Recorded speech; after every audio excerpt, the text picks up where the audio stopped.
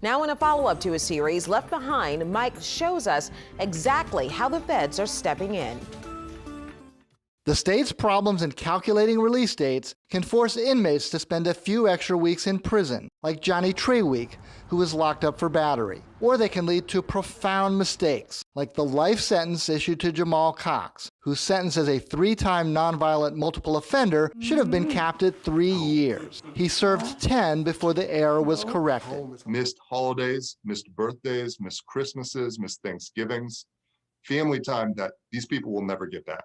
And the cost to Louisiana taxpayers has been calculated in the millions. Now, after attorneys like William Most exposed the extent of the problem, the Department of Justice announced an investigation Thursday into why Louisiana can't fix it.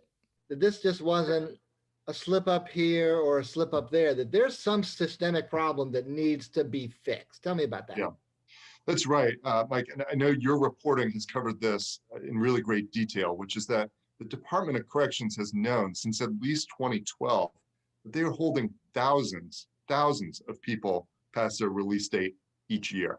In our series, Left Behind, New Orleans Criminal Court Judge Lori White described how outdated technology and poor communication is at the heart of the problem. I call it the abacus and full moon method, that apparently you have a couple of people that have to sort through it, almost like some sort of medieval calculation. DOC Secretary Jimmy LeBlanc has acknowledged the difficulties without offering solutions. Changes are clearly required, and we can all agree that no person should be held beyond his or her proper release date. Most hopes that the federal probe forces the state to take immediate action. This should be the easiest thing to fix in the system because these are the people who should not even be in prison. The state's 3 U.S. attorneys will join in the civil rights investigation. Mike Perlstein, Eyewitness News.